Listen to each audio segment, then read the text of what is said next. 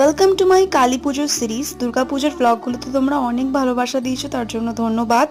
আর প্রতি বছরের মতো এই বছরও কালী পুজো ধানতেরাসের টুকটাক ব্লগ তোমাদের সাথে শেয়ার করবো। সেগুলো দেখতে হলে চ্যানেলটাকে সাবস্ক্রাইব অবশ্যই করে রাখতে হবে।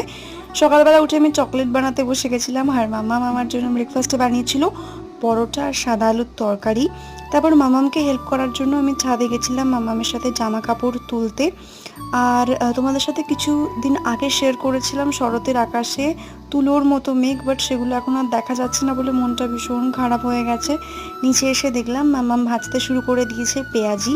আজকে লাঞ্চে আছে পাঁপড় ভাজা, দুটো বড় বড় কাতলা মাছের পেটি উইথ পাতলা ঝোল আর পেঁয়াজি।